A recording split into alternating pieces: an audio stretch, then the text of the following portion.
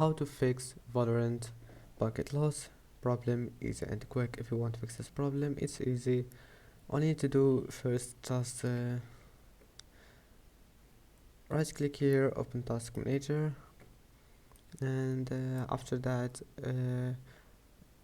go to memory and then close all the applications that takes your memory like Google Chrome. Right click and end task, and then just scroll down until you find Vanguard, and here's it. Right click, end task, then type here services and scroll down until you find Vanguard, VGC. Here's it. Now right click on it and then click start.